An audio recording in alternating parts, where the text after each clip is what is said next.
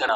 और म्यूकस जैसे आपको पता है प्रोटेक्ट्स स्टमक लाइनिंग, इस स्टमक के अंदर लाइनिंग उसको प्रोटेक्ट करने का एक थिक स्लिपरी स्लाइमी सीक्रेशन होती है, उसका नेम होता है म्यूकस। वो इस इनर लाइनिंग को, इंटरनल लाइनिंग ऑफ स्टमक उसको प्रोटेक्ट करती है। किससे प्रोटेक्ट करती है? जैसे आपको पता है कि गैस्ट्रिक जूसेस होती है उसके अंदर HCl भी होता है। HCl जैसे वो टिश्यूज को डैमेज भी कर सकता है, तो उसकी लाइनिंग प्रोटेक्ट करने के लिए म्यूकस वेरी इंपॉर्टेंट सीक्रेशन है, गोबलेट सेल प्रोड्यूस करते हैं। इसी तरह से एक और सेल है जिन्हें हम कहते हैं parietal sales.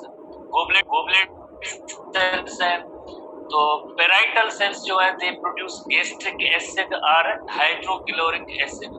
Hydrochloric acid HCl produce करेंगे। Parietal cells produce gastric acid और HCl। Chief cell they produce pepsinogen, protease precursor है। प्रीकर्सर बायोकेमिस्ट्री के अंदर जो एक ऐसा टर्म होता है, जैसे अब देखिए ये पेप्सिनोजेन इनएक्टिव फॉर्म है, पेप्सिनोजेन इनएक्टिव फॉर्म है, इनिशियल फॉर्म है, और ये अभी एक्टिव नहीं है, इसकी कोई एंजाइम की एक्टिविटी नहीं होगी। बट यही पेप्सिन जो है प्रीकर्सर जो आगे किसमें कन्वर्ट होगा, एक्टिव फॉर्म में होगा, और एक्टिव फॉर्म का नेम है पेप्सिन। एक्टिव फॉर्म का एंजाइम का नेम है पेप्सिन। कौन कन्वर्ट करेगा? HCl की प्रेजेंस में pepsinogen is converted into pepsin. But pepsinogen कौन सीक्रेट करेगा? Pepsinogen is produced by chief cell. Pepsinogen is produced by chief cell, ठीक है। Pepsinogen is produced by chief cell. Chief cells होते हैं जो पेप्सिनोजेन प्रोड्यूस करते हैं। उसके बाद जैसे डी सेल भी होते हैं, सोमेटोस्टेटिन, जो हमारे एनटीपी बुक में या किसी बुक में इसकी डिस्क्रिप्शन नहीं। Somatostatin inhibits acid secretion. जैसे एसिड कौन सा है? HCl। तो HCl तभी रिलीज होता है जब स्टमक के अंदर फूड होता है, और बिला वजह गैर जरूरी अनटाइमली तो HCl प्रोड्यूस नहीं होगा उसके लिए। मीन्स नॉर्मल कंडीशन की बात हो रही है, नॉर्मल कंडीशन की, तो उसमें जैसे ऐसे HCl प्रोड्यूस नहीं होगा। तो जब भी जैसे फूड होता है तो तभी उस वक्त जो है HCl प्रोड्यूस होगा, देन इसको जो है स्टॉप होना चाहिए। तो इसको स्टॉप कौन करेगा? एक chemical that is called somatostatin. कौन प्रोड्यूस करेगा? D cell. तो ये डी सेल भी जैसे स्टमक के अंदर मौजूद होते हैं। और एक जी सेल है, G cell that is the gastrin, stimulates acid secretion. या गैस्ट्रिन एक ऐसा हार्मोन होता है जो गैस्ट्रिक जूस को स्टिमुलेट करता है, स्टमक की जूसेस को स्टिमुलेट करता है प्रोडक्शन के लिए, तो इसे हम जी सेल कहेंगे। तो ये वेरियस टाइप के कुछ सेल्स हैं, कुछ हमारे बुक में नहीं भी है। बट अब हम सबसे पहले देखते हैं कि ये लाइक जो ऑर्गेनाइजेशन है वो कहाँ पे है, किस तरह से है।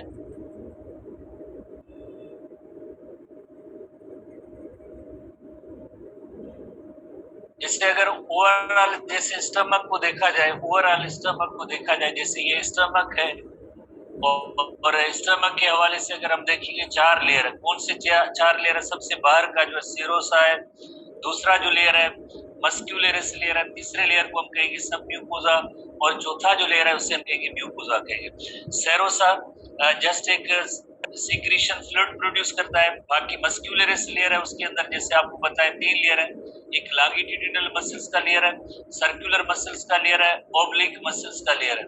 सब म्यूकोजा होता है, इसके अंदर ब्लड वेसल्स, लिम्फ वेसल्स होती हैं। बाकी जिस तरह से अंदर जो है म्यूकोजा लेयर है, तो म्यूकोजा लेयर में एक सरफेस एपिथेलियम भी है, इसके पार्ट्स हैं जो म्यूकोजा के अंदर हम फर्दर देखेंगे। अगर म्यूकोजा को हम फर्दर देखें कि उसकी अरेंजमेंट क्या है, जस्ट म्यूकोजा ये पार्ट है, इसको देखें। म्यूकोजा के अंदर आपको ऐसी पिट्स भी नजर आएंगी। पिट्स की मीनिंग होती है ऐसे सुराख। तो ये सुराख या पिट्स कैसे बनती है? यही पिट्स बनाती है, ये जो पार्ट ये पिट्स बनाते हैं, जिससे कहते हैं गैस्ट्रिक पिट कहते हैं। This is called as gastric pit. Pit की मीनिंग होती है डिप्रेशन, खड्डा या होल जैसी कोई स्ट्रक्चर होती है, उससे हम कहते हैं पिट कहते हैं। जाहिर है जब ऐसी लाइनिंग, इनर लाइनिंग इस तरह की मौजूद है, ये गैस्ट्रिक ग्लैंड्स है, ये सारे गैस्ट्रिक ग्लैंड्स है इसके अंदर। अभी हमने जो लिस्ट पढ़ी थी ये सारे गैस्ट्रिक ग्लैंड थे, उनके दरमियान जैसे ये पिट्स मौजूद है। तो पिट्स है तो ओवरऑल क्या अंदर बनेगी, इस तरह से सुराख से बनेगी, जिससे हम कहेंगे गैस्ट्रिक पिट्स। इनकी मदद से क्या होगा कि ये जितने भी जैसे गैस्ट्रिक ग्लैंड्स हैं, यहाँ पे वेरियस गैस्ट्रिक ग्लैंड्स हैं, इनकी सीक्रेशन गैस्ट्रिक पिट से होती है अंदर जो है स्टमक के अंदर आ जाती है, और देन जो स्टमक के अंदर जो फूड होता है उस पे उसका एक्शन होता है। तो गैस्ट्रिक पिट्स अंदर जो है लाइनिंग जो म्यूकोसा की लाइनिंग जो है वो थोड़ी सी सुराखदार है। वाई? बिकॉज ये जितनी भी ग्लैंड्स है इनकी सिक्रीशन इस के अंदर आती है, तो उसके लिए गैस्ट्रिक पिट्स का होना जरूरी है।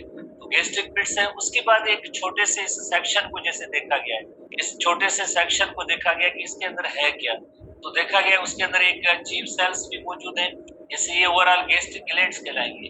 ये जो पार्ट है ये इतना पार्ट गैस्ट्रिक ग्लैंड है, जैसे ये गैस्ट्रिक ग्लैंड्स है, और बाकी यहाँ से एरिया जो होगा ये जो है गैस्ट्रिक पिट का होगा। इस एरिया को अब हम कहेंगे गैस्ट्रिक पिट कहेंगे। This area is called gastric pit, जिसमें इनकी सीक्रेशन आके स्टमक के अंदर दाखिल होती है। तो ये जो सारे जो गैस्ट्रिक ग्लैंड्स हैं, तो इस गैस्ट्रिक ग्लैंड की अगर हम थोड़ी सी और डिटेल में देखें इसके अंदर है क्या। गैस्ट्रिक ग्लैंड्स के अंदर पेराइटल सेल्स हैं, गैस्ट्रिक ग्लैंड के अंदर चीफ सेल्स भी मौजूद हैं, और इसी तरह से एंडोक्राइन सेल जैसे भी मौजूद हैं। तो ये सारे जो अपनी सीक्रेशन प्रोड्यूस करेंगे, सीक्रेशन प्रोड्यूस करने के बाद जैसे ये पिट्स है उनके जरिए स्टमक के अंदर आएंगे। तो ये सब चीजें कहाँ पे मौजूद है? म्यूकोजा के अंदर मौजूद है। स्टमक के म्यूकोजा के अंदर ये सारी चीजें ऐसी मौजूद है। ठीक है, इसी तरह से जो है स्टमक की म्यूकोजा के अंदर ये सारी चीजें मौजूद है। ठीक है, एक और इलस्ट्रेशन है, जैसी इलस्ट्रेशन है जैसे हम देखेंगे। सबसे पहले स्टमक को देखें। स्टमक के बाद जैसे उसके 4 लेयर हैं, वो जैसे सेरोसा है, सेरोसा के बाद ये लेयर है muscular, longitudinal, circular and oblique muscles है। उसके बाद सब म्यूकोजा का लेयर है, सब म्यूकोजा के बाद inner most that is the mucosa. Mucosa के अंदर जैसे ये अंदर इस तरह से एपिथेलियम है, लेमिना पार्ट है, मस्कुलरिस म्यूकोजा, ऐसे टर्म याद करने की जरूरत नहीं है, बट इस पार्ट को जस्ट इतने इनर मोस्ट म्यूकोजा पार्ट को हम देखेंगे, खासतौर पे ये लेमिना प्रोपिया है। तो इसमें देखिए, जैसे देखिए 2 चीजें, एक है गैस्ट्रिक ग्लैंड्स है और दूसरी है गैस्ट्रिक पिट। गैस्ट्रिक ग्लैंड ये एरिया सारा गैस्ट्रिक ग्लैंड्स का है, और बाकी आगे जैसे ये गैस्ट्रिक पिट्स है। पिट की मीनिंग होती है डिप्रेशन, खड्डा गड्ढा, या जिस तरह से होल बन जाता है उसे कहते हैं गैस्ट्रिक पिट कहते हैं। तो इस पार्ट के अंदर गैस्ट्रिक ग्लैंड के अंदर कौन कौन सी चीजें हैं वो यहाँ पे डिस्कस है, कि जैसे चीफ सेल है या पेराइटल सेल्स है, म्यूकस सीक्रेटिंग सेल्स है जो म्यूकस प्रोड्यूस करते हैं। ये सारी सीक्रेशन जैसे गैस्ट्रिक पिट के जरिए होती हुई स्टमक के अंदर आएगी। ठीक है, होपफुली आपने थोड़ा सा इसको समझ लिया होगा कि what is gastric pit, what is gastric gland, कहाँ पे होते हैं। ये सारे इनर जो लेयर होता है जिसका नेम है म्यूकोजा, उसके अंदर मौजूद है। म्यूकोजा के अंदर ये सारे मौजूद हैं। कौन से गैस्ट्रिक ग्लैंड्स हैं? चीफ सेल्स हैं, पेराइटल सेल्स हैं, म्यूकस सीक्रेटिंग सेल्स हैं, और एक हार्मोन सीक्रेटिंग सेल भी मौजूद है। ठीक है, हार्मोन सीक्रेटिंग, और भी इसको डिटेल में इलाज की है तस्वीर को, जैसे ये एंडोक्राइन सेल्स हैं, ये चीफ सेल्स हैं, पेराइटल सेल्स हैं, और देन जो mucus secreting cell mucus produce करेंगे। जैसे ये पेराइटल सेल है, जैसे पेराइटल सेल है HCl प्रोड्यूस करता है। ये इस तरह से चीफ सेल है, चीफ सेल पेप्सिनोजेन प्रोड्यूस करता है। तो पेप्सिनोजेन को कन्वर्ट करना पेप्सिन में, ये किसका काम है? ये HCl का काम है, ये HCl का काम होता है। गैस्ट्रिन हार्मोन जैसे G सेल प्रोड्यूस करते हैं, जिसकी वजह से गैस्ट्रिन जूसेस रिलीज होती है। होपफुली आपने थोड़ा सा सीख लिया होगा, और देन हर एक का पार्ट डिस्कस करेंगे। गैस्ट्रिक पिट को हम ऐसे डिफाइन कर सकते हैं कि these are the depression in the mucous membrane, the lining of stomach, into which gastric glands discharge their secretion. Gastric gland अपनी secretion discharge करते हैं उन पिट्स को, डिप्रेशन को, खड्डे को, गड्ढे को, ऐसी पॉइंट्स को, जैसे हम कहेंगे गैस्ट्रिक पिट कहेंगे। पिट इंग्लिश का भी लफ्ज है, जनरली हम इंग्लिश में भी यूज करते हैं पिट। ठीक है, इसी तरह से और गैस्ट्रिक ग्लैंड की, जस्ट गैस्ट्रिक ग्लैंड की फीचर्स है। ठीक है, तो कोशिश करें कि आप अभी भी आज भी ये याद कर लें। ठीक है, तो किस तरह से इनकी ऑर्गेनाइजेशन होती है। म्यूकोजा के अंदर गैस्ट्रिक ग्लैंड, और देन जो टिप है दैट इज द गैस्ट्रिक पिट है। तो ग्लैंड कौन से हैं? जैसे एक म्यूकस सीक्रेटिंग सेल्स हैं, पेराइटल सेल्स हैं, चीफ सेल्स हैं। तो चीफ सेल का काम क्या है? चीफ सेल का काम है पेप्सिनोजेन प्रोड्यूस करना। पेराइटल सेल का काम क्या है? HCl प्रोड्यूस करना। तो पेप्सिनोजेन पे HCl एक्ट करेगा तो एक्टिव फॉर्म बनेगा, जिससे कहेंगे पेप्सिन। और पेप्सिनोजेन जो है प्रीकर्सर है, यानी ये अभी फुल फॉर्म में या एक्टिव फॉर्म में वर्क नहीं करता, इनिशियल इसकी स्टेज है। और इसमें से जो एक्टिव फॉर्म बनेगा पेप्सिन, ये एक्टिव एंजाइम है, एक्टिव फॉर्म ऑफ एंजाइम है। तो इनिशियल कोई भी मटेरियल होता है तो केमिकल होता है, उसे हम कहते हैं प्रीकर्सर कहते हैं। तो पेप्सिनोजेन इनएक्टिव फॉर्म, जैसे देखें नहीं डायरेक्टली हमारी बॉडी के अंदर पेप्सिन एक्टिव एंजाइम प्रोड्यूस नहीं होता है। क्यों नहीं होता है? बिकॉज हमारे अपने ही प्रोटीन अंदर मौजूद है। किसकी चीज में बनी हुई है? जैसे मसल्स वगैरह ये सब प्रोटीनियस है। तो अगर इसी तरह से हर वक्त पेप्सिन एंजाइम हो तो ये तो इवन हम अपने जैसे लाइक इस प्रोटीन इस मटेरियल को डाइजेस्ट कर सकते हैं। बट थिक म्यूकस भी नेचर ने दी है। Thick mucus protects the lining. Number 2 कि ये तभी जैसे गैस्ट्रिक जूस रिलीज होती है जब फूड एंटर होता है, और ये होते ही इनएक्टिव फॉर्म है ताकि जैसे उनका जो सबस्ट्रेट मिले तो उसमें पेप्सिन एक्ट करे, और देन उसके बाद सबस्ट्रेट ना हो नहीं होगी तो जाहिर है गैस्ट्रिक जूस भी आगे रिलीज नहीं होगी, सबस्ट्रेट भी प्रोडक्ट में चेंज हो जाएगी। तो इस तरह की सारी मैकेनिज्म या बैलेंस रखे हुए हैं। इसी वजह से HCl भी कोई नुकसान नहीं देता है। और बिला वजह जैसे हम कहें कि अगर ऐसी जूसेस मौजूद हो पेप्सिन, तो पेप्सिन का काम ही प्रोटीन को डाइजेस्ट करना है। तो ये इस तरह से जो प्रोटेक्शन एक मौजूद है। ठीक है, तो इस तरह से ये ऑर्गेनाइजेशन है गैस्ट्रिक ग्लैंड्स के हवाले से। गैस्ट्रिक ग्लैंड्स के हवाले से मोर ओवर एक और भी इलस्ट्रेशन है, तभी आप देख सकते हैं कि ये जो है गैस्ट्रिक, यहाँ तक जो है गैस्ट्रिक ग्लैंड्स है और ये गैस्ट्रिक पिट है। पिट की मीनिंग जैसे अभी हमने नोट किया डिप्रेशन है, पिट की मीनिंग ही डिप्रेशन है। जैसे जैसे चीफ सेल्स है, चीफ सेल्स प्रोड्यूस पेप्सिनोजेन, और इसी तरह से पेराइटल सेल्स है, parietal cells produce HCl। Pepsinogen is converted into pepsin. Pepsin में कन्वर्ट होता है, pepsinogen ultimately pepsinogen is converted into pepsin, और पेप्सिन देन क्या करेगा? पेप्सिन का काम होगा कि ये जो प्रोटीन है जैसे प्रोटीन किस चीज का बना होगा? ये जो बॉल छोटे नजर आ रहे हैं किसको रिप्रेजेंट कर रहे हैं? यासिन साहब, जशन साहब, स्टूडेंट बताएंगे? मुजीब रहमान साहब, ये छोटे छोटे बाल हैं ये किसको रिप्रेजेंट कर रहे हैं? अमाइनो एसिड को कर रहे हैं। ठीक है, बिल्कुल यासिन साहब, थैंक यू, आपने टू द पॉइंट जवाब दिया। जठान साहब, आपकी भी स्टूडेंट्स, मुजीब रहमान साहब,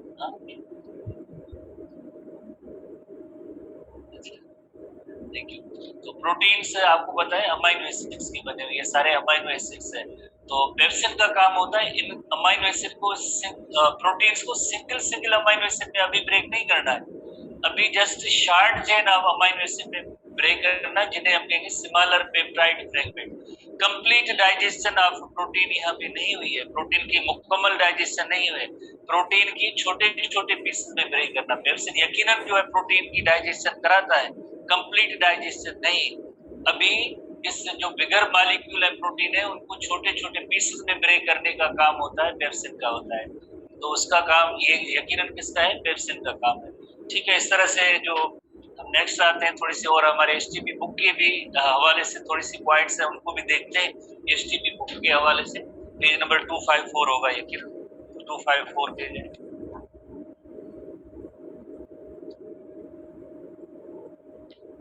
सब स्टूडेंट समझ रहे हैं यस नो क्या है? आप बताएं, आप फीडबैक दें थोड़ा। स्टमक समझ रहे हैं या नहीं समझ रहे हैं? तो इसके दोबारा से हम इलस्ट्रेशन पे आए और देखें, फिर इसके हम बुक की पॉइंट्स की तरफ आते हैं। जैसे 254 पे जैसे फंक्शंस ऑफ स्टमक की हेडिंग है, बाकी 254 पेज पे जैसे ये सारी चीजें जैसे गैस्ट्रिक पिट्स की भी डायग्राम वगैरह हमारे बुक के अंदर मौजूद है, 4 लेयर्स भी मौजूद है, और खास तौर पे जैसे आप म्यूकोज़ा देखिए, म्यूकोज़ा की भी इलस्ट्रेशन मौजूद है। तो हमने जैसे पढ़ा है कि इसके अंदर जो 4 किस्म के जो पेराइटल सेल्स हैं और चीफ सेल्स और एंडोक्राइन सेल्स हैं, म्यूकस सीक्रेटिंग सेल्स भी हैं जो म्यूकस प्रोड्यूस करते हैं। अब हम फंक्शंस ऑफ स्टमक पे आते हैं, स्टमक के क्या फंक्शन है? तो स्टमक के फंक्शंस के हवाले से जैसे देखें, digestion in the stomach can be divided into 2 types, एक मैकेनिकल होती है और दूसरी होती है केमिकल। जैसे हमने पहले ही पढ़ा है, मैकेनिकल डाइजेशन जैसे फिजिकली जैसे फूड जो बिगर पीसेस है उसको छोटे पीसेस में ब्रेक करना, मैस्टिकेशन या च्यूइंग एक्शन की वजह से भी होता है, चर्निंग एक्शन भी होता है, मिक्सिंग एक्शन भी होता है। स्टमक का जो मिक्सिंग एक्शन है, mixing action of stomach wall also mechanical digestion in to occur in the stomach. Stomach के अंदर एक मिक्सिंग एक्शन है, चर्निंग एक्शन जिसे कहते हैं, चर्निंग एक्शन, इंग्लिश का वर्ड है चर्न। तो उसकी मदद से भी जैसे थोड़ी सी जैसे बिगर फूड मालिक्यूल होते, एक तो जैसे हमने फूड को जैसे च्यू किया, सबसे पहले तो छोटे पीसेस बनाए, देन उसको च्यू किया, च्यू करने के बाद बोलस बना, और यही बोलस जब स्टमक के अंदर आता है तो देन और भी जैसे स्टमक की वाल के अंदर मिक्सिंग एक्शन होता है, तो ये मिक्सिंग एक्शन एक मैकेनिकल डाइजेशन है। ठीक है, जैसे हमारे बड़े जो घर के अंदर होते हैं वो कहते हैं कि बच्चों को कहते हैं स्पेशली, जैसे अगर खाना अच्छा हो ना तो वो जल्दी जल्दी खाने की कोशिश करते हैं, या खाना कम हो तो तेज तेज खाने की कोशिश करते हैं, बट जो बड़े होते हैं ना वो कहते हैं कि खाने को सही चबाया करें, सही चबाएंगे तो आगे जो है स्टमक जो है काम कम करेगा। आप च्यूइंग एक्शन सही नहीं होगा, मेस्टिकेशन अगर एक्शन सही नहीं होगा तो उसका काम आगे किसको करना पड़ेगा, उसका जो है जैसे और भी छोटे पीसेस में ब्रेक करने का काम देन स्टमक की वाल्स को करना पड़ेगा। अभी जिस तरह से यंग होते हैं तो मीन्स उस वक्त जैसे ये आर्गन तो प्रॉपर काम कर रहे हैं, बट अगर बिला वजह जैसे दांतों का काम हम अगर स्टमक से लेंगे, दांतों का काम स्टमक से लेंगे, देन स्टमक आगे वीक हो जाते हैं। इस वजह से दांतों का काम है जैसे च्यूइंग एक्शन, मेस्टिकेशन, तो प्रॉपर मेस्टिकेशन करके देन जो है स्टमक की तरफ भेजना चाहिए, तकरीबन 1-2 मिनट के लिए, जैसे थोड़ा सा उसको सही तौर पे जो है च्यूइंग और मेस्टिकेशन एक्शन, और देन जो है वो फूड स्टमक में जाए। अदरवाइज जैसे स्टमक में क्या भी हो रहा है, और भी हो रहा है, मिक्सिंग एक्शन हो रहा है of stomach walls allow the mechanical digestion to occur in the stomach. Smooth muscles of the stomach produce contraction known as mixing waves. इस इन वेव्स को जैसे आपको पता है कि हमारी जीआईटी गैस्ट्रोइंटेस्टाइनल ट्रैक्ट बना ही स्मूथ मसल्स का है। जैसे कल भी हमने पढ़ा था इसोफेगस के हवाले से, कल हमने जैसे इसोफेगस के हवाले से पढ़ा था, जैसे पेरिस्टाल्सिस इसोफेगस है, उसके जैसे अंदर की जो ये मसल्स है ना जिन्हें हम कहते हैं सर्कुलर मसल्स कहते हैं, ये सर्कुलर मसल्स है। सर्कुलर मसल्स में जब कॉन्ट्रैक्शन होगी तो बोलस आगे जाएगा, किसी एक स्टूडेंट ने भी शायद पूछा था, और उसके बाद जब ये बोलस अंदर जाएगा तो इस जगह पे देन जो है लॉन्गिट्यूडिनल मसल्स की कॉन्ट्रैक्शन होगी तो आगे इस तरह से फूड जाता रहेगा। तो ये सर्कुलर मसल्स की कॉन्ट्रैक्शन की वजह से फूड आगे इस तरफ बढ़ता है। तो अल्टरनेटली कॉन्ट्रैक्शन और रिलैक्सेशन होती रहती है। तो smooth muscles of stomach produce contraction known as mixing wave. बहुत इंपॉर्टेंट सवाल है, इसको आप थोड़ा सा नोट करेंगे। मिक्सिंग वेव्स क्या है? जाहिर है जब जैसे हम कहते हैं जैसे स्टमक के अंदर मूवमेंट्स हो रही है, जैसे मूवमेंट्स आर नथिंग बट ये मिक्सिंग, जैसे स्मूथ मसल्स की जो है जो स्टमक वाल्स के अंदर है प्रोड्यूस कॉन्ट्रैक्शन, और इन्हें हम कहते हैं मिक्सिंग वेव्स कहेंगे। This is made more efficient by the fact that unlike other region of the alimentary canal the stomach has 3 layers of smooth muscle। जैसे कल भी हमने पढ़ा था, बाकी जो जीआईटी के अंदर जैसे 2 लेयर्स है, बट इस स्टमक के हवाले से 3 मसल्स के लेयर है। कौन से? जैसे एक आउटर लेयर है जैसे लॉन्गिट्यूडिनल मसल्स, स्मूथ मसल्स और ऑब्लिक मसल्स जैसे मौजूद हैं। तो यकीनन जो 3 लेयर्स मसल्स के इस वजह से बनाए गए हैं ताकि ये मिक्सिंग वेव्स भी प्रोड्यूस हो और मिक्सिंग एक्शन जैसे करें, मैकेनिकल डाइजेशन हो, थोड़ी सी मस्क्यूलर होनी चाहिए ये जो इनकी वॉल्स, तो इस वजह से ज्यादा जो है ये मिक्सिंग एक्शन हो, मिक्सिंग वेव्स हो। उसके बाद है churning action of the stomach और mixing waves mix the bolus of food with gastric juice. तो ये जो जैसे अगर हम कहें कि कुकिंग के हवाले से, जैसे अगर जो भी हम एक कुक कर रहे हैं किसी बर्तन के अंदर है, जब तक उसको मिक्स नहीं करते जैसे उस चीज का जैसे कोई टेस्ट या उसका खाना वो अच्छा नहीं होता, इसी तरह से कि वो सारी चीजें मिक्स हो। इसी तरह से जो ये मिक्सिंग एक्शन, मिक्सिंग वेव्स की वजह से क्या होता है, जो बोलस अंदर आता है, गैस्ट्रिक जूस भी रिलीज हो रही है, बोलस भी आता है, ताकि गैस्ट्रिक जूस हर बोलस हर फूड के पार्ट तक जाए। इस वजह से इसमें मिक्सिंग वेव्स होती है ताकि एफिशिएंटली डाइजेशन का प्रोसेस एफिशिएंटली हो सके, इस वजह से ये मिक्सिंग वेव्स है। अब mixing leads to the production of other thick liquid known as chyme. जैसे हमने पहले ही जैसे नोट किया था, एक सीरीज है, जो भी फूड हम खाते हैं और जब इसको च्यूइंग एक्शन हम दांतों की मदद से करते हैं तो बोलस बनता है, बोलस के बाद जब स्टमक में आता है तो ये काइम बनता है, काइम के बाद आगे स्मॉल इंटेस्टाइन के अंदर ये मुकम्मल जब डाइजेस्ट हो जाता है तो उसे कहते हैं कायल कहते हैं। अब ये कायल जो है सॉल्युबल फॉर्म में फूड होगा, अब ये एब्जॉर्बेबल फॉर्म में होगा, अब ये हमारे जैसे जूसेस हमारे जो है ब्लड के अंदर अब जो है ये शामिल हो सकता है। तो इस तरह से जो है ये सीरीज है। तो अब स्टमक के बाद जैसे एक paste like cream paste like जैसे फूड शक्ल अख्तियार करेगा। जैसे पहले तो ये थोड़ा सा बॉल लाइक फूड था जिसे हम कहते थे बोलस। अब जो है कायम जो है एक पेस्ट लाइक फूड बन जाएगा। Paste like half digested food that is called कायम। कहाँ पे बना है? बिकॉज ये स्टमक में जैसे गैस्ट्रिक जूसेस की जो उनकी एक्शन की वजह से प्रोटीन्स भी डाइजेस्ट हुए, तो एक फूड की जो फॉर्म होगी वो पेस्ट लाइक होती है, जिससे पेस्ट लाइक फूड को हम कहेंगे कायम कहेंगे। अभी मुकम्मल तौर पे सॉल्युबल फॉर्म में नहीं आया। जैसे हमने डाइजेशन के हवाले से भी पढ़ा था, डाइजेशन कौन सा प्रोसेस है जिसमें complex large insoluble food substances they are converted into small simple and soluble form by the action of enzyme, जैसे जनरली बोलते हैं केमिकल डाइजेशन के हवाले से। उसी डाइजेशन कहते हैं ताकि वो सेल्स के अंदर फूड दाखिल हो सके। तो इस वक्त स्टमक तक पहुंचने तक जो है अब फूड कैसा हुआ है, अब फूड जो है कायम की सूरत अख्तियार की है। आगे जो कायल होगा या सिंपली जैसे हम कहेंगे सॉल्युबल फॉर्म में आएगा, वो स्मॉल इंटेस्टाइन के अंदर आएगा जब मुकम्मल फूड डाइजेस्ट हो जाए। जैसे अभी हमने पढ़ा है कि प्रोटीन्स जो है short chain of amino acids में ब्रेक होते हैं, पेप्टोन्स जिसे कहते हैं, छोटी छोटी फ्रेगमेंट्स हैं।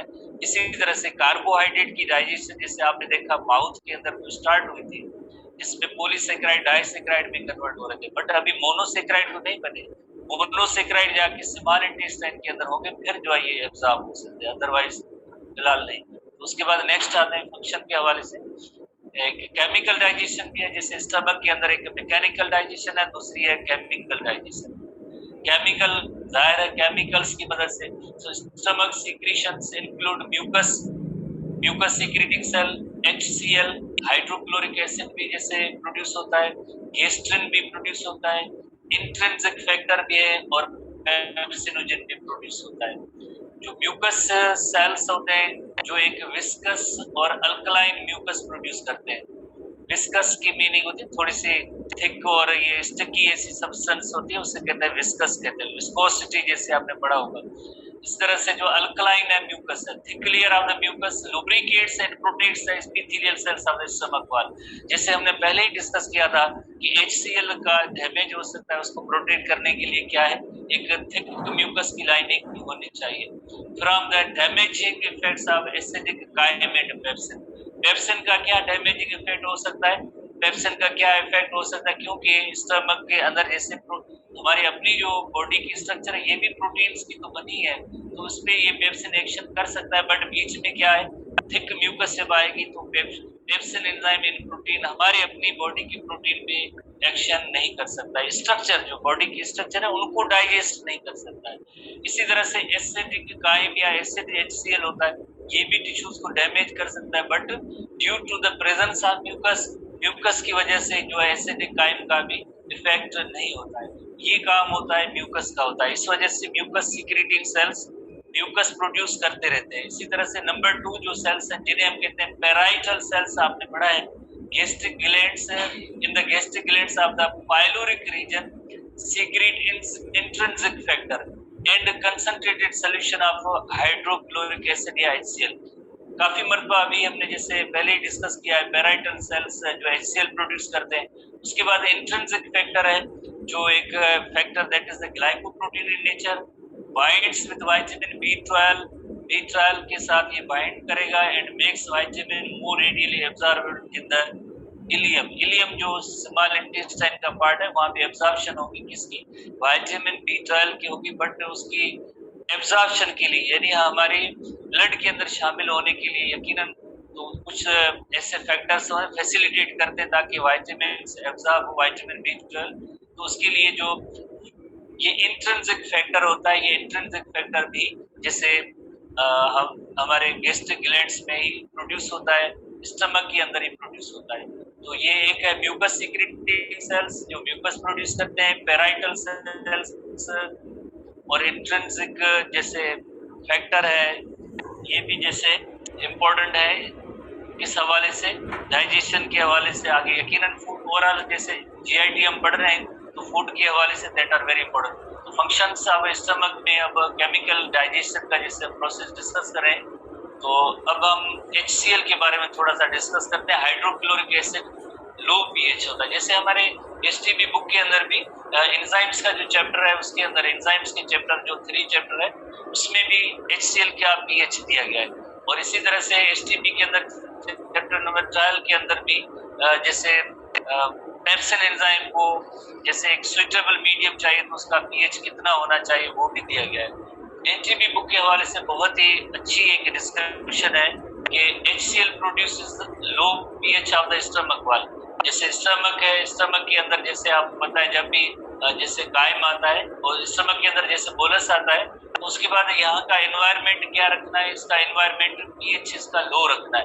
तो नेचर में भी काफी सारी जो ऐसी चीजें दी है, बैलेंस इस तरह से दिया है। तो काफी सारे एंजाइम्स हैं जो इस एसिडिक मीडियम में काम करते हैं, कुछ ऐसे एंजाइम्स हैं अल्कलाइन मीडियम में काम करते हैं, कुछ ऐसे भी एंजाइम हैं जो न्यूट्रल मीडियम में भी काम करते हैं। तो सबसे पहले जैसे स्टमक के अंदर एक ऐसा एनवायरनमेंट यहाँ पे मौजूद है जहाँ पे लो पीएच हो सकता है।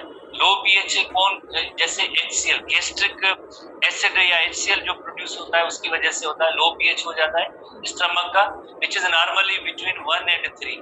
जैसे काफी बुक्स के अंदर जैसे एसटीपी के इन 2 चैप्टर्स का हमने डिस्कस किया तो वहां पे वेरिएशंस दी गई है 1.5 to 2.5 और 2 इस तरह से लिखा हुआ है। बट इनकी जो पीएच है between 1 and 3 but is usually close to 2। ये जो है पीएच जो अक्सर रहता है क्लोज टू 2। ये लो पीएच जो होता है जैसे आपको पता पीएच स्केल केमिस्ट्री के अंदर आपने पढ़ा होगा, जितना पीएच स्केल लो होगा उतना मोर हम कहेंगे ये एसिडिक नेचर होता है। So although hydrochloric acid secreted into the stomach has a minor digestive effect on the digested food, one of its function is to kill bacteria। जैसे अगर हमारे फूड के अंदर कोई बैक्टीरिया वगैरह भी है तो उसको भी किल करने का काम ये HCl करता है। जैसे यू नो वेरी वेल ये एक डिफेंस स्ट्रेटेजी है। जैसे हम फर्स्ट ईयर के अंदर जैसे चैप्टर एसटीपी के चैप्टर नंबर 14 इम्यून सिस्टम पढ़ते हैं उसके अंदर भी ये पॉइंट मौजूद है कि गैस्ट्रिक सीक्रेशंस होती है तो उनके अंदर जैसे HCl है तो इट किल्स बैक्टीरिया। इसी तरह से हमारे माउथ के अंदर सलाइवा है, सलाइवा के अंदर भी एक एंजाइम प्रोड्यूस होता है जिसका नेम है, क्या नेम हो सकता है स्टूडेंट्स को याद है? नहीं मुजीर साहब, यस सर, सलाइवा का जो एंजाइम जो बैक्टीरिया को किल करता है, लाइसोजाइम एग्जैक्टली, लाइसोजाइम एंजाइम है वो भी बैक्टीरिया को किल करता है, HCl भी बैक्टीरिया को किल करता है। ठीक है, that are ingested with essentially everything human put into their mouth. जैसे हमें तो पता नहीं है कि इसमें वाकई फूड के अंदर बैक्टीरिया है या नहीं, अगर जैसे देखने में नहीं आते नजर इस वजह से बात करें, बट जैसे हम ऐसा फूड अगर आ जाए जिसमें बैक्टीरिया हो तो 2 स्ट्रेटेजीज मौजूद है। कौन सी? एक जैसे सलाइवा के अंदर लाइसोजाइम एंजाइम भी है, नंबर 2 जैसे HCl है, स्टमक के अंदर थोड़ी देर फूड रुकेगा तकरीबन 4 से 6 घंटे तक तो वहां पे जैसे ये HCl का एक काम, वन ऑफ द काम यही होगा कि इट किल्स बैक्टीरिया। दूसरा काम बहुत इंपॉर्टेंट जैसे हमने अभी मेरी टाइम जिससे डिस्कस किया है कि pepsinogen is converted into pepsinogen is converted into pepsin by the action of HCl at the low pH of the stomach and also stops carbohydrate digestion by inactivating salivary amylase। तो salivary amylase को acidic medium नहीं चाहिए, उसमें जो है ये carbohydrate की digestion नहीं हो सकती है, इस वजह से तो ये salivary amylase की डाइजेशन का भी प्रोसेस स्टॉप हो जाएगा बिकॉज इसके लिए कोई एसिडिक मीडियम फेवरेबल नहीं है salivary amylase के लिए कि उसकी अपनी जो फंक्शन करे, डाइजेशन करे कार्बोहाइड्रेट की। तो ये भी जैसे लो पीएच की वजह से ही होता है, लो पीएच की वजह से salivary amylase अपना काम ये स्टॉप कर देता है। Low pH also denatures many proteins, बहुत इंपॉर्टेंट पॉइंट है, समझने जैसी पॉइंट है थोड़ी सी, very important. Many proteins so the proteolytic enzyme can reach into internal peptide bond. जैसे जो सबस्ट्रेट होती है वहां तक पहुंचने के लिए जैसे यकीनन जैसे प्रोटीन जो ऐसी जो उसकी कंडीशन हो जिसे हम कहते हैं डीनेचर में वो अगर हो जाए, बिकॉज प्रॉपर स्ट्रक्चर जब किसी प्रोटीन की मेंटेन नहीं होती है, 3D स्ट्रक्चर मेंटेन नहीं होती है तो हम उसे कहते हैं कि ये डीनेचर हो गया, प्रोटीन डीनेचर हो गया। लो पीएच की वजह से डीनेचरेशन ऑफ प्रोटीन होती है, जिसकी वजह से क्या होगा, प्रोटियोलाइटिक एंजाइम, प्रोटियोलाइटिक एंजाइम में जो प्रोटीन्स को डाइजेस्ट करने वाले एंजाइम होते हैं, प्रोटीन्स को डाइजेस्ट करने वाले एंजाइम को हम कहेंगे प्रोटियोलाइटिक एंजाइम। देन ये proteolytic enzyme reach the internal peptide bonds, जो जैसे आपको पता है कि प्रोटीन के अंदर कई बॉन्ड्स हैं, जिसमें सल्फाइड बॉन्ड है, हाइड्रोजन बॉन्ड है, पेप्टाइड बॉन्ड है, अमाइड बॉन्ड है, तो ये सारे मौजूद है, तो पेप्टाइड बॉन्ड तक पहुंच जाते हैं। बिकॉज पेप्टाइड बॉन्ड किसके दरमियान होता है, you know very well, amino acids के दरमियान जो है बॉन्डिंग होती है, एक अमाइनो एसिड और दूसरे अमाइनो एसिड के दरमियान होती है, वो होती है पेप्टाइड बॉन्डिंग होती है। one amino acid is linked with another amino acid by peptide bond, peptide bond. तो ये जो है लो पीएच की वजह से प्रोटीन जैसे डीनेचर हो जाते हैं, और ये पेप्सिन जैसे एंजाइम या प्रोटियोलाइटिक एंजाइम कहाँ पहुंचते हैं, उनकी पेप्टाइड बॉन्ड तक पहुंच जाते हैं। And it provides the proper pH environment for the functioning of the pepsin. देखो कितना इंपॉर्टेंट ये जो पॉइंट है, और पेप्सिन के लिए जैसे वर्किंग के लिए जरूरी है कि लो पीएच होना चाहिए। लो पीएच होगा तो पेप्सिन जो है जाके सबसे पहले जैसे देखें, लो पीएच की वजह से प्रोटीन डीनेचर हुए, तो उसके बाद जैसे अब ये proteolytic enzymes peptide bonds of protein तक पहुंच सकते हैं, और देन उससे पेप्सिन एंजाइम का एक्शन होगा। अदरवाइज जैसे इतना आसानी से एक्शन वो नहीं हो रहा था। 3D स्ट्रक्चर है ना प्रोटीन्स की, तो वहाँ पेप्टाइड बॉन्ड तक पहुंचने के लिए सबसे पहले जैसे प्रोटीन को डीनेचर होना चाहिए, देन जो है वो जाएगा। ओवरऑल जैसे केमिकल डाइजेशन के हवाले से यहाँ पे जो है लो पीएच या हाइड्रोक्लोरिक एसिड का इफेक्ट है। हाइड्रोक्लोरिक एसिड जैसे पीएच है उसका, सबसे पहले पीएच भी आप नोट करेंगे क्या, इस गैस्ट्रिक जैसे पार्ट है डाइजेस्टिव सिस्टम का, स्टमक पार्ट है, उसमें क्या एनवायरनमेंट होता है। नंबर 2 इससे HCl का काम क्या है, kill bacteria. Number 2 salivary amylase की जो है फंक्शन को भी जैसे इनहिबिट कर देता है, इनएक्टिवेट कर देता है। सलाइवरी एमाइलेज एंजाइम अपने काम नहीं कर पाएंगे क्योंकि पीएच चेंज होता है उनका, और इसी तरह से लो पीएच की वजह से प्रोटीन्स डीनेचर होते हैं। और देन जो हम नेक्स्ट एक और जैसे स्टमक के सेल्स की तरफ आएंगे, that is the chief cells within the gastric glands. जैसे अभी हमने जैसे पढ़ा था म्यूकोसा के अंदर ये जो पार्ट है ये सारे गैस्ट्रिक ग्लैंड्स हैं, और ये जो गैस्ट्रिक पिट्स देन पिट्स के जरिए जैसे सिक्रीशन डिस्चार्ज होती है। गैस्ट्रिक ग्लैंड के अंदर एक इनएक्टिव जो है पेप्सिनोजेन होता है। जैसे यू नो वेरी वेल कि पेप्सिनोजेन एक प्रीकर्सर है किसका, pepsinogen is precursor for pepsin, pepsinogen is precursor for pepsin. Pepsin enzyme active form है और पेप्सिनोजेन जो है प्रीकर्सर है। और pepsinogen is packed in zymogen granules। देखिए pepsinogen is packed in zymogen granule, again एक और बैलेंस, ग्रेन्यूल की सूरत में ये पेप्सिनोजेन जो है ये पैक्ड होता है ग्रेन्यूल्स की सूरत में which are released by exocytosis. जैसे ये एक्सोसाइटोसिस यकीनन आपने फर्स्ट ईयर में एसटीबी बुक के हवाले से चैप्टर 4 के अंदर पढ़ा है। एक्सोसाइटोसिस वो प्रोसेस है जब कोई भी मटेरियल सेल से वेसिकल और सैक या बैग की सूरत में बॉडी से बाहर जाता है, तो उसे जैसे ये मटेरियल है, ये मटेरियल जैसे सेल मेम्ब्रेन के साथ फ्यूज हुए, सेल मेम्ब्रेन के साथ फ्यूज होने के बाद ये जब बाहर जाते हैं सेल से, इस प्रोसेस को हम कहेंगे एक्सोसाइट। तो जैसे चीफ सेल होते हैं, जैसे ये अगर हम कहेंगे ये चीफ सेल है, और चीफ सेल ने क्या प्रोड्यूस किया है, चीफ सेल ने जैसे प्रोड्यूस किए हैं कौन से, जैसे यकीनन gastric gland secret inactive pepsinogen produce किया, बट किस सूरत में, पैक्ड इन zymogen ग्रेन्यूल की सूरत में, बट वो इससे बाहर निकलेंगे या रिलीज होंगे तो एक्सोसाइटोसिस के जरिए। When pepsinogen secretion is stimulated, यानी जब भी स्टमक को स्टिमुलेशन मिलेगी कि अब आपको जो है पेप्सिनोजेन या गैस्ट्रिक जूस प्रोड्यूस करनी है, तो ग्रेन्यूल की सूरत में ये यहाँ से रिलीज होगी, प्रोसेस होगा exocytosis, process is called exocytosis. Once pepsinogen enter the lumen of the stomach, lumen किससे कहते हैं, you know very well, gap होता है या जीआईटी के अंदर गैप और स्पेस होता है, अंदर खाली कैविटी जो होती है उससे कहते हैं ल्यूमन। गैस्ट्रिक पिट से सारी सिक्रीशन ल्यूमन ऑफ स्टमक में जाती है, गैस्ट्रिक पिट से ल्यूमन में जाती है, तो जैसे ही ल्यूमन में पहुंचेंगे it is converted into pepsin by the action of HCl। तो ये हमने बहुत कई बार जैसे डिस्कस की है, यहाँ पे इलस्ट्रेशन जैसे नोट, आप स्टूडेंट को याद भी होगा कि pepsinogen is converted into pepsin by the action of HCl। तो जैसे ये एक्सोसाइटोसिस के जरिए ल्यूमन में आया ग्रेन्यूल, और पहले से जैसे HCl भी उस वक्त रिलीज हो चुका होता है, और देन क्या करेगा, pepsinogen is converted into pepsin, फिर जो है पेप्सिनोजेन पेप्सिन में कन्वर्ट होगा बाय HCl। पेप्सिन exhibits optimum enzymatic activity of pH 3 or less. Pepsin catalyzes the cleavage of some covalent bond in the protein, breaking down protein into smaller peptide chains जिन्हें peptones कहते हैं।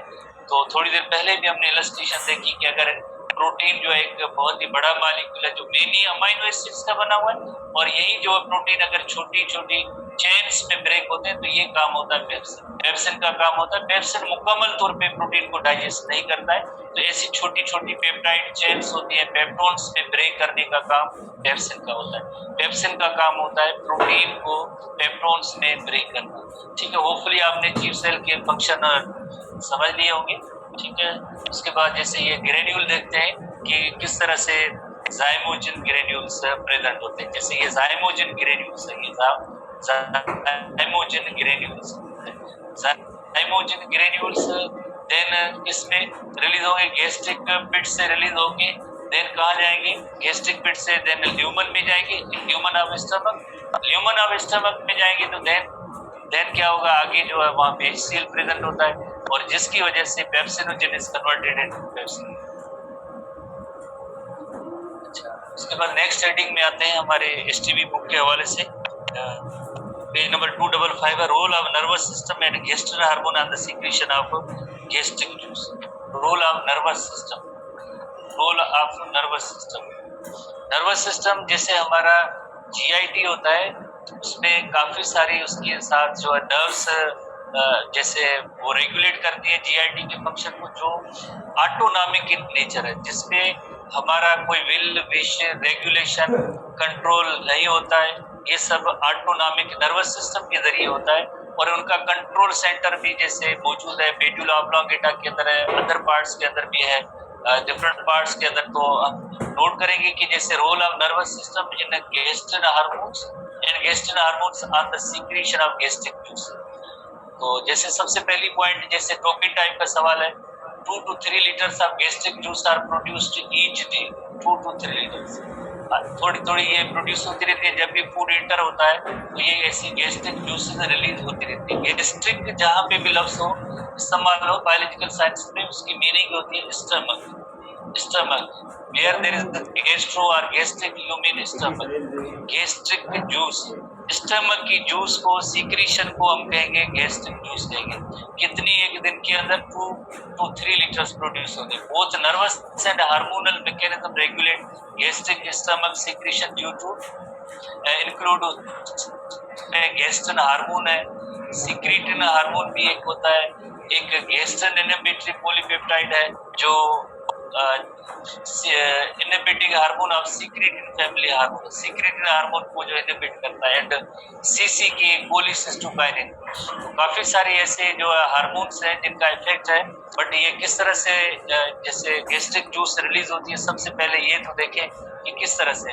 यकीनन जैसे इंसान की एक चॉइस होती है, डिजायर होती है, जिसे कहते हैं खाने की डिजायर के हवाले से उसे कहते हैं एपेटाइट कहते हैं। जैसे इंसान मुंतजर होता है, जैसे आज मुझे ये खाना खाना है। जैसे स्कूल कॉलेज जाते हैं बच्चे, उसके बाद घर वापस आते हैं तो अपनी लाइक फैमिली को, मदर को जैसे बता लेते हैं कि आज हमें ये खाना है, क्योंकि एक इंसान की डिजायर होती है, चॉइस होती है खाने की। नंबर 2, जिस तरह से खाना अगर नजर भी आ जाए, अगर सामने मौजूद हो, अच्छा खाना हो या उसकी स्मेल भी आ जाए तो हमारे यकीनन उसके जो इफेक्ट जो है नर्वस सिस्टम पे होते हैं। ये सारी नर्वस स्टिमुलेशन है, या ये भी हमारे नर्वस सिस्टम में काफी सारी चेंजेस आती है।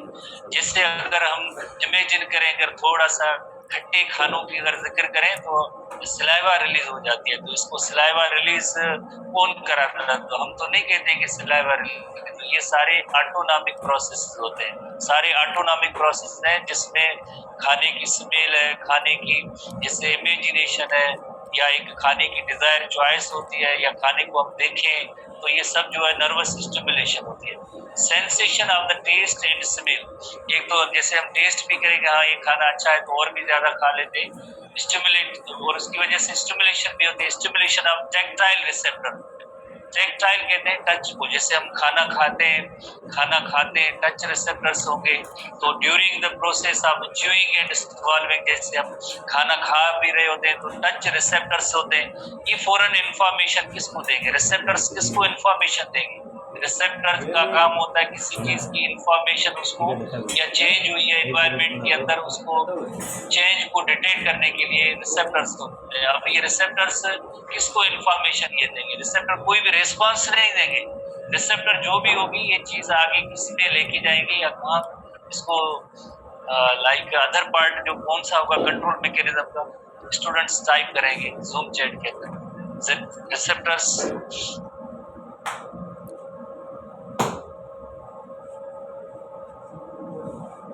Control centre, exactly, thank you Yasir साहब एंड जफर साहब, मुजीब रहमान साहब, स्टूडेंट का आपने फीडबैक दिया, कंट्रोल सेंटर में जाएगा, कंट्रोल सेंटर, कंट्रोल से जो भी इंफॉर्मेशन होगी वो आ जाएगी आगे कंट्रोल सेंटर में। कंट्रोल सेंटर से यहाँ एप्रोप्राइट कमांड्स इफेक्टर्स की तरफ आते हैं, इफेक्टर्स की तरफ आते हैं। तो ये सारी मैकेनिज्म जो है जैसे नर्वस कोऑर्डिनेशन के हवाले से मौजूद है, जैसे इंटर में आएंगे तो डिटेल में भी थोड़ी पढ़ लेंगे, फर्स्ट ईयर में चैप्टर 13 के अंदर ऐसी मैकेनिज्म जैसे मौजूद है। तो रिजल्ट क्या होगी कि आगे जैसे process of chewing and investigation होगी, टैक्टाइल रिसेप्टर्स ने उस अच्छा खाना है या किस तरह का खाना जो भी है उसकी जो है लाइक इंफॉर्मेशन कंट्रोल सेंटर को भेजेंगे। Pleasant thoughts of food, pleasant thought जो इसकी भी सेंटर्स है with in the medulla that influences the gastric. Medulla क्या है, ब्रेन का पार्ट है, मेडुला ऑब्लोंगेटा, मेडुला ऑब्लोंगेटा पूरा पार्ट है, नेम है ब्रेन का मेडुला ऑब्लोंगेटा, जस्ट मेडुला भी कहते हैं, ब्रेन का पार्ट है, हाइंड ब्रेन का पार्ट है। तो उसमें ये सारे सेंटर्स मौजूद हैं। किस तरह से जो टैक्टाइल इंफॉर्मेशन, जैसे हम खाना मुंह के अंदर चबा भी रहे हैं तो अच्छा भी लग रहा है, या जो खराब जो वर्ड्स हो अच्छा लगता है यकीनन, तो फिर उसके बाद क्या होगा, ये रिसेप्टर्स आगे मैसेज इंफॉर्मेशन किसको देंगे, मेडुला ऑब्लोंगेटा को देंगे कि आज हम बहुत अच्छा खाना खा रहे हैं, खाना अभी थोड़ी देर के बाद जो है स्टमक में जाने वाला है, स्टमक में जाने वाला है। अच्छा, तो उसके लिए क्या होगा कि मेडुला ऑब्लोंगेटा आगे गैस्ट्रिक जूसेस को सीक्रेट करने के लिए ऑर्डर देता है पहले से, जैसे ब्रेन को जैसे इंफॉर्मेशन जाएगी तो ब्रेन एप्रोप्राइट डिसीजन करेगा, जैसे कि पर्सन एक च्यूइंग एक्शन कर रहा है, बस 1 मिनट के बाद जैसे ये पूरे स्टमक में जाना है, तो उससे पहले मेडुला ऑब्लोंगेटा है वो कमांड या ऑर्डर देता है गैस्ट्रिक ग्लैंड्स को कि आप गैस्ट्रिक जूसेस सीक्रेट करें, क्योंकि थोड़ी देर के बाद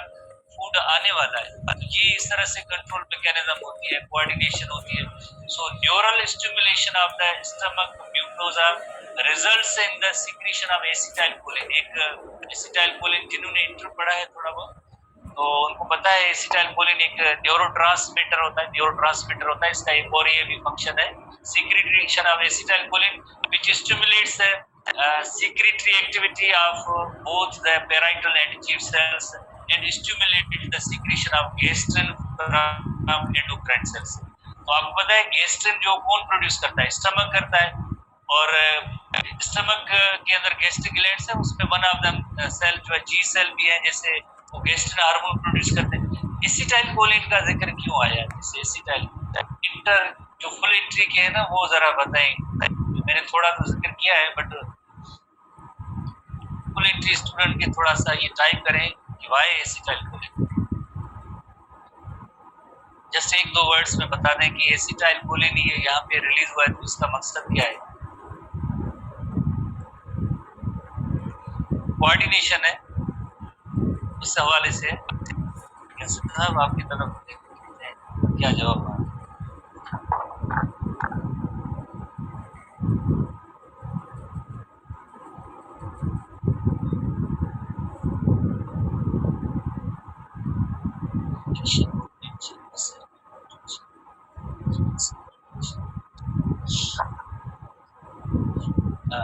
काफी सारे स्टूडेंट ने फीडबैक दिया है, मैंने देखा जैसे आपको पता है कि जो नर्वस कोऑर्डिनेशन के अंदर जैसे मैसेज और सिग्नल होते हैं ना, पहले इलेक्ट्रो मैसेज होते हैं, देन मैसेज को केमिकल फॉर्म में कन्वर्ट होते हैं। और केमिकल, काफी सारे केमिकल होते हैं जिन्हें कहते हैं न्यूरोट्रांसमीटर। जैसे एसिटाइलकोलिन जो है न्यूरोट्रांसमीटर है, वो ऑर्डर या command, electro message chemical message में कन्वर्ट होता है। वो मैसेज किसको जाएगा? गैस्ट्रिक ग्लैंड्स को जाएगा। किसके लिए? कि भाई आप जो है ये चीजें रिलीज करें। ऐसे नहीं है जैसे हम कमांड दे रहे हैं किसी चीज के लिए कि आप जैसे बुक ओपन करें तो आप बुक ओपन कर रहे हैं, ठीक है ना, ये वर्ड्स की सूरत में कमांड आया, या इसी तरह से टेक्स्ट मैसेज की सूरत में आ जाए, या जूम चैट में मैसेज आ जाए कि इस पेज पे आ जाए, तो ये भी एक कमांड है ना। तो इसी तरह से ये कमांड देने वाले आखिर में फाइनली एसिटाइलकोलिन होते हैं जो न्यूरोट्रांसमीटर होते हैं, कमांड या ऑर्डर देंगे। किसको कमांड या ऑर्डर देंगे? गैस्ट्रिक ग्लैंड्स को देंगे। किसके लिए? कि गैस्ट्रिक जूस रिलीज करें। वही बात, secretion of acetylcholine which stimulates the secretory activity of both parietal and chief cells. Parietal और चीफ सेल किसके हैं? पैराइटल और चीफ सेल्स एक इलस्ट्रेशन पे भी आते हैं। Parietal and chief cell gastric glands है, एंड उसके साथ साथ stimulation of gastrin from endocrine cell. तो गैस्ट्रिक ग्लैंड्स के अंदर एक एंडोक्राइन सेल्स भी है, वो भी जैसे हार्मोन प्रोड्यूस करेंगे तो ओवरऑल जैसे गैस्ट्रिक जूस रिलीज हो जाएगी। So gastrin is release into the circulation because hormone है। और आप एक चीज ध्यान में रखें, हार्मोन कोई डायरेक्टली ल्यूमन में आके अपना एक्शन नहीं कर सकता है। तो गैस्ट्रिन हार्मोन है तो किसमें एंटर होगा? जो फुल एंट्री के हैं उनको पता है हार्मोन किसमें जैसे एंटर होगा। टाइप करें जीवरानंद साहब, आपके पास नहीं है। हार्मोन की जो सीक्रेशन होती है डायरेक्टली ब्लड स्ट्रीम में एंटर होती है। ब्लड स्ट्रीम में एंटर होने के बाद देन जो वापस उस टारगेट सेल पे आती है। यही तो हार्मोन का काम होता है कि हार्मोन यानी जो एंडोक्राइन ग्लैंड्स की सीक्रेशन होती है वो सबसे पहले ब्लड स्ट्रीम में रिलीज होती है। ब्लड स्ट्रीम में रिलीज होने के बाद टारगेट तक जाती है, टारगेट सेल तक, बाकी किसी सेल तक नहीं जाएगी। तो यही सेम बात, गैस्ट्रिन हार्मोन तो रिलीज हुआ, रिलीज किस में हुआ? रिलीज होगा यकीनन सर्कुलेटरी सिस्टम में। जैसे रेगुलर क्लासेस में हम फंक्शंस ऑफ ब्लड पढ़ते हैं तो उसमें भी हमने जैसे पढ़ा है कि हार्मोन जो भी होते हैं अपनी सीक्रेशन ब्लड स्ट्रीम में दाखिल करते हैं और फिर ये आगे टारगेट सेल तक जाएंगे। तो ये इस तरह से गैस्ट्रिन हार्मोन रिलीज हुआ, सर्कुलेशन और ब्लड स्ट्रीम में गया और ट्रैवल करके वापस जो पेराइटल सेल तक आया, और पेराइटल सेल को हुक्म देंगे, ऑर्डर देंगे किसके लिए? कि भाई आप गैस्ट्रिक जूस सीक्रेशन करें। हम एक इलस्ट्रेशन देखते हैं जिसमें ये सारी चीजें अभी जो हमने डिस्कस किया ना, जैसे हम खाना अगर देखें, पसंदीदा खाना हो या जिस तरह से च्यूइंग एक्शन करें, तो च्यूइंग एक्शन से क्या होगा कि हमारी बॉडी के अंदर एक ब्रेन के अंदर पार्ट है, यहाँ पे नहीं है, जिसका नेम है मेड्यूला ऑब्लोंगेटा। मेड्यूला ऑब्लोंगेटा यहाँ से कमांड या ऑर्डर जाएंगे। कमांड या ऑर्डर किसकी तरफ जाएंगे? कमांड या ऑर्डर जाएंगे स्टमक की गैस्ट्रिक ग्लैंड्स तक जाएंगे। गैस्ट्रिक ग्लैंड्स को क्या कहेंगे? गैस्ट्रिक ग्लैंड्स को कहेंगे जैसे stomach release gastrin which promotes the production of stomach acid या गैस्ट्रिक सीक्रेशन है। और इसी तरह से ये जो ब्रेन से ऑर्डर आगे इंटेस्टाइन तक जाते हैं, फिलहाल यहाँ पे हम नहीं पढ़ रहे, यहाँ तक नहीं आ रहे। तो ये सारे जो मेड्यूला ऑब्लोंगेटा पार्ट से रिलेटेड है। जैसे एक अनदर इलस्ट्रेशन